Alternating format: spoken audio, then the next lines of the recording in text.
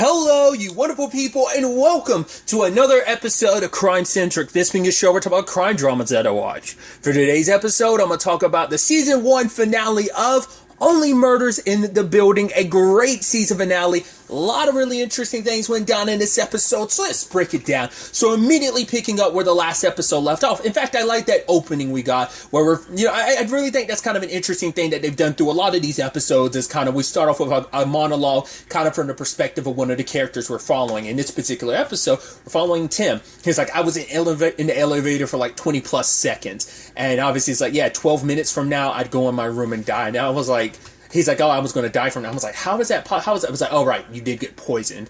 But it's like, yeah, it's interesting how that did play out like that. But ultimately, we found out that, yes, there was a relationship between him and Jan. And obviously, Mabel and Oliver try to rush to warn Charles, and I love the whole thing of like, well, I don't know how to tell you this, and it's like, you're fucking a murderer. It's like, Jesus.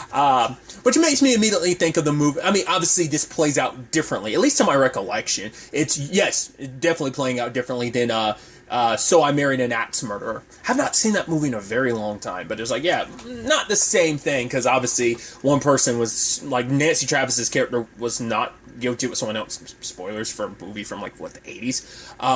It just kind of made me think of that, and just, like, the whole, like, oh, you're dating someone that you believe to be a murderer. But obviously, Charles didn't want to believe what they were saying despite what was in front of them, because it's like, right, you were all in on the Demoses beforehand, and then you were wrong about that, and you guys didn't listen to Jen before, and now you want to blame Jen. Like, no. They're just like, right, it's been so long since I've been in a relationship. Do you guys not want me to be happy? And Mabel's like, we do want you to be happy. We don't want to do this, but we just want you to be okay. Just like, look at what's in front of you. So he's throwing stuff away, paying attention to the trash bag, like all the clues they gathered last episode of like, right, why was the trash bag that Tim threw away blue? Because it was someone else's, and the bassoon cleaner, and then all of a sudden, Jen pops up and she's like, right, I don't know why I lied to you. She kind of admit, like, and I think that's so interesting, because in the grand scheme of things, that's so representative of her not wanting to ever come second bassoonist, rather, but, in the more typical adage, not wanting to be not being second fiddle to anyone else. It's interesting how that all comes forward. Because there was a part of me still thinking, like, are we going to find out she actually isn't the killer? Like, yes, she had a relationship with Tim, but now part of me is like, could it be that she actually wasn't the killer? But it's like, right, Charles is like, no, I think I'm falling in love with you. I'm like, oh, man. I was like, yeah, she starts seeming more and more guilty, and it's just like, I'm worried and scared. I'm like, don't drink the drink. I thought he was going to be like, oh, hey, but then it turns out, oh, she, I thought, like, she had poisoned the drink. I was like, oh, God, no. But I love how she plays into that later on, being like, right, I'm not one of those people who sticks to the same thing. She wanted to change things up.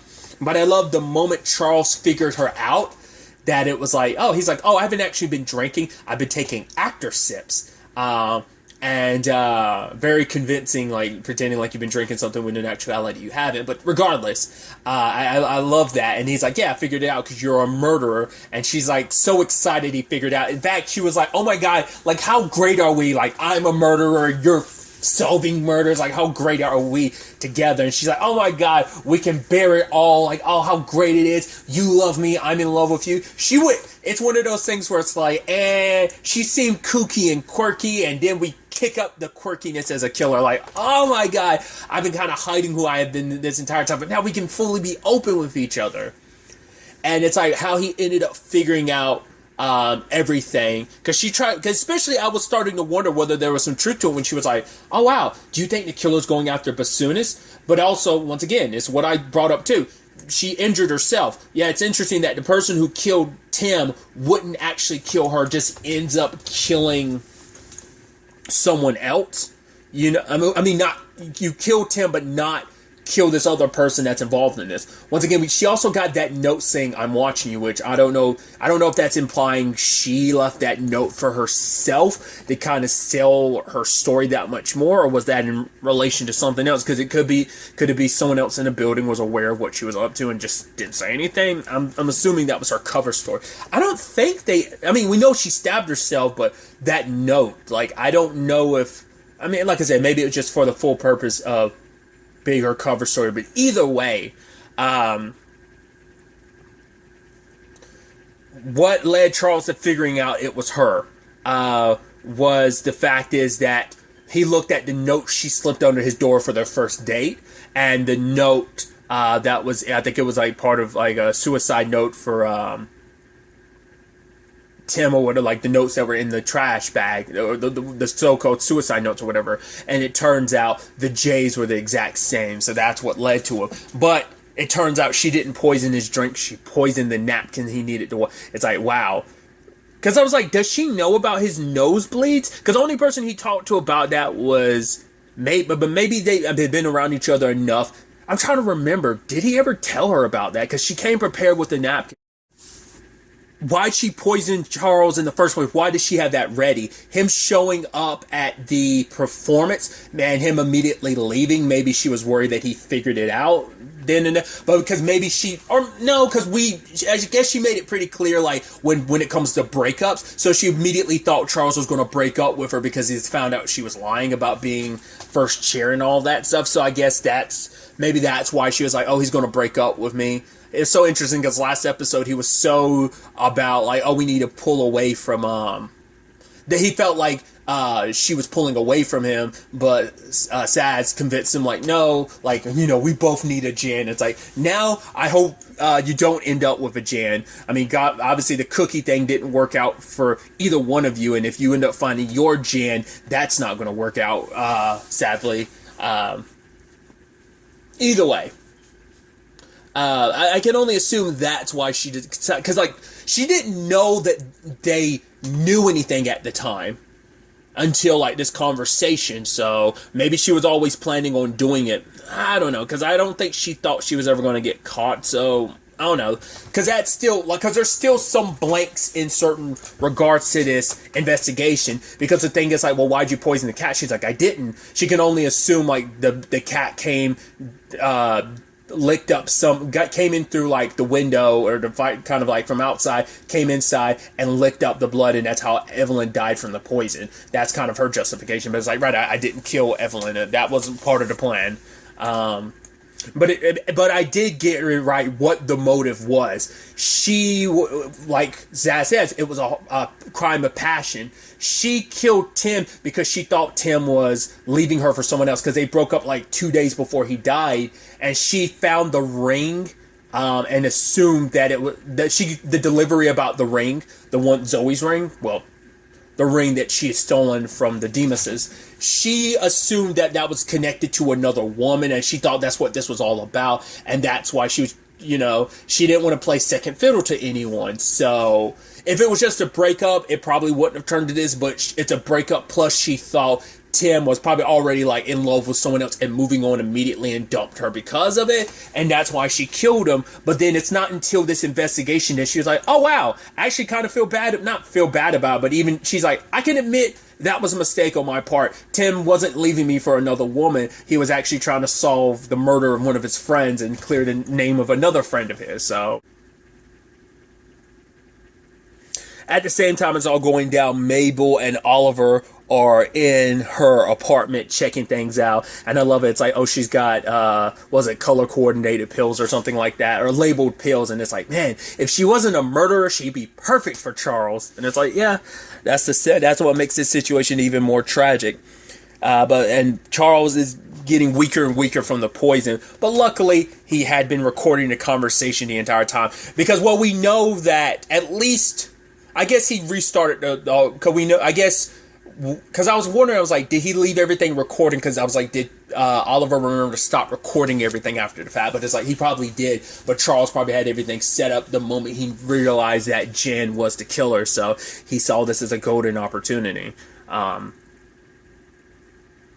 but she planned on, it seemed like gassing everyone in the building at the very least. Well, it was more so about making Charles' death seem like a gas leak, and it is the ironic thing. Tim's allergy or whatever is what kept the fireplaces from being on, and at the moment he died now, like, oh, the fireplaces could be open again, and now it presented her an opportunity. I don't think she was going to kill everyone in the building, but she was going to cause a gas leak. Everyone would have noticed, and it just would have looked like Charles died from it. But luckily, he got out, and I love that he's scooting across the floor, and someone from the building just walks by him and just sees him scooting, just like, I'm not about to deal with this shit, just walks away.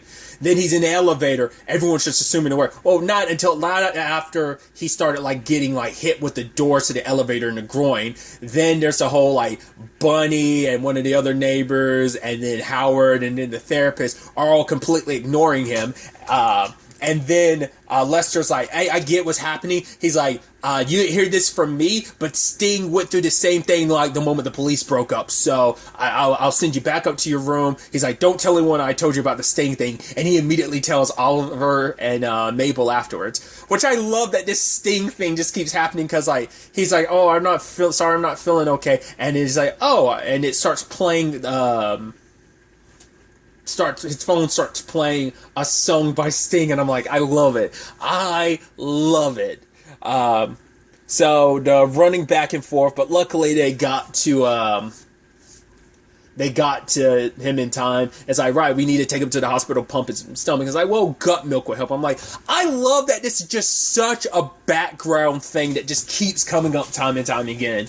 And try to give him a little bit of gut milk, but then they smell the gas and like, right, we gotta stop, Jan from doing what she's doing. So luckily they got there in time, and I love that Jan's planning on killing all of them. And Charles, I love the moment he's giving his monologue about, like, I can't live my life without them. And the moment it's going on, I'm like, it's all in his head, isn't it? He's not making any clear sense. A hard cut to, yes, reality is he's not making, it felt like one of those moments, and it's like, yeah, it was. But luckily, they ended up taking Jan down. Final punch coming from Mabel with the ring finger, too. With the ring on her finger. So, took down Jan. There's kind of a revote. Everyone's like, yeah, our trio from Only Murders in the Building can stay. So, and I love that it's like, Mabel's like, yeah, now you're the most hated person in the building. Like, what was it, like, you old bitch or something like that? I'm like, Jesus, Mabel. It's kind of like, yeah, we don't have to placate you because, like, the entire building's on our side because we caught a murderer. So, yeah. Mabel kind of finally finishes her painting, too, of, like, when she's painting the wall of kind of, like, key people in the building and stuff. And I even love that moment between her where he was like, oh, you okay? And she's like, I am. And she pauses. He's like, what's wrong? She's like, for the first time in a long time, I actually am. I don't think she's been okay since the whole Zoe thing. And it's just, and now then with, like, Tim on top of it, like, I think all of it, like, for the past 10 years, she hasn't been okay. And now it's like, right, Oscar's name has gotten cleared. Zoe's actual murder's going away. Tim's murderer is going away. And this is, also knowing, like, right, Tim was trying to do the right thing the entire time. So, all of that, I love the ending, too, of, like, right, at the beginning, this started with us asking a simple question, who is Tim Kono? We are all Tim Kono, because the whole point is to show that we are a lot more connected, which I love that, that massive through knot line of just kind of like, right, the people in this building are connected not only by the murders, but their neighbors, and all being characters in this podcast, too, that I'm assuming everyone in the building kind of listens to now. But I thought that was kind of a neat element to it all. I also really thought it was sweet. Kind of like, Mabel's not the one that got her closing chapter for this season, but also Charles texting Lucy, and I love, he's like, all the best, Charles, Hayden Savage, and then he gets rid of that last bit because Mabel called him out about it, like, early on in the season, but he got rid of that, and she actually texts him back, hey, and I'm like, oh, so I'm wondering the future season will is Lucy cast, I haven't looked into anything, obviously, because I'm watching the show as it is, so I haven't seen anything from season 2, so I don't even know what casting looks like, and who's going to be more prominent characters, so on and so forth, right? But what I thought was I just thought that was such a sweet ending, because it's like, right, despite everything with Jan, it did help him finally come out of his shell. I mean, not just her, like, Oliver and Mabel played a big part in it. This whole experience did, and now he's willing to take those steps forward and not just kind of live his life on hold. And Oliver had this whole situation with Will, because Will's like, oh, here's some money, but he's like, no, I'm not going to. He's like, I'll take an awkward hug instead. And it's like, right, if you have time, it's like, no, he's like, I don't have anywhere to go. So I'd love to hear, like, everything that went down. So him and his son have kind of like bridged that gap. I think it's like, right, I think the money issues aren't as much of an issue right now. And just, he found something else to kind of put his artistic talents towards. So I think he's starting to fulfill, because he was always trying to find that next big thing to kind of make up for the whole Splash situation, So, and I was kind of surprised, because I was like, wait, we still haven't gotten to, like, the cold open in the first episode. I was like, I guess that's going to be the stinger to the season. And it is. And it turns out to be exactly who I thought it was. It ended up being Bunny. But the moment Mabel came back, it's like, right, she was in my apartment. Because then I saw the dye hoodie, but I was like, it's not going to be Oscar. And it turned out not to be. It's like, right. She seemed like she was so against this, so why is she wearing one of the tie-dye hoodies? Which I forgot to talk about last episode. The official merch that exists now. Was that an episode? Yeah, I think that was last episode. I was about to say, was that episode before last? It's like, no, it was episode 9. But it's like, yeah, she's wearing the official, like, only murders in the building, like, merch. So, but the police just happened to show up at the time, because there were sirens already going off, people told to get out of the building, so someone set this up. Like, Mabel was always meant to take the fall. So it's like, cool, solve technically 2 murders, and now, well, I guess technically 3, because, well, Howard's moving on because he's got Evelyn 7 now. So it's like, oh, so Evelyn, the previous Evelyn wasn't even the first Evelyn. Had he talked about that before? I know there was that other cat that he was like, wasn't as nice as Evelyn, because he has like a picture of it in his place, but it was like, no, like, I think this might have been the first time they mentioned, like, there's been multiple Evelyns. So that's interesting. I guess it's almost playing into the whole Cat's 9 Lives thing in a joking way, but yeah, the police just happen to show up, they get arrested, like this was all planned. Probably not meant to take the other 2 down as well, maybe just Mabel. Either way, doesn't look good for them. And then the moment they're stepping out, Detective Williams is like, don't say anything, because she doesn't think they did this, because it's like, right. But obviously we know from a couple episodes ago that Cinda has a podcast, Only Murderers in the Building, and I love that it's like Poppy gave her the idea, and she's like, oh, that's a good idea. It was my idea, so, and it's like, right, if you tell anyone that what slight post-credit stinger, or mid-credit stinger, of her being like, yeah, if you tell anyone like this, you'll be like just kind of ripping her a new one. I'm like, God, you're so mean. And it's like, yeah, because Poppy comes up with a lot of ideas, but Cinda's the one that gets the credit for it. She makes sure of that, because it's like, oh, you're kind of an unpaid intern. I don't think she's even classified as an intern, but she gets treated like one. Which I feel like interns shouldn't, that's a whole conversation in itself, like interns getting treated like that. But regardless, putting that aside, the walk of shame past everyone. A lot of people in the building look at him like, oh my God. And like the Only Murders in the Building fans being like, oh my God. Like there's almost a smile on their face like, oh my God, what a twist. Think about what this means for the podcast going forward with season 2. Because Oliver had ideas. He's like, oh, let's get something more scandalous for the next. And it's like, right. One of you being a murder suspect is scandalous. Not what they had in mind, but still, it kind of interestingly worked out like that.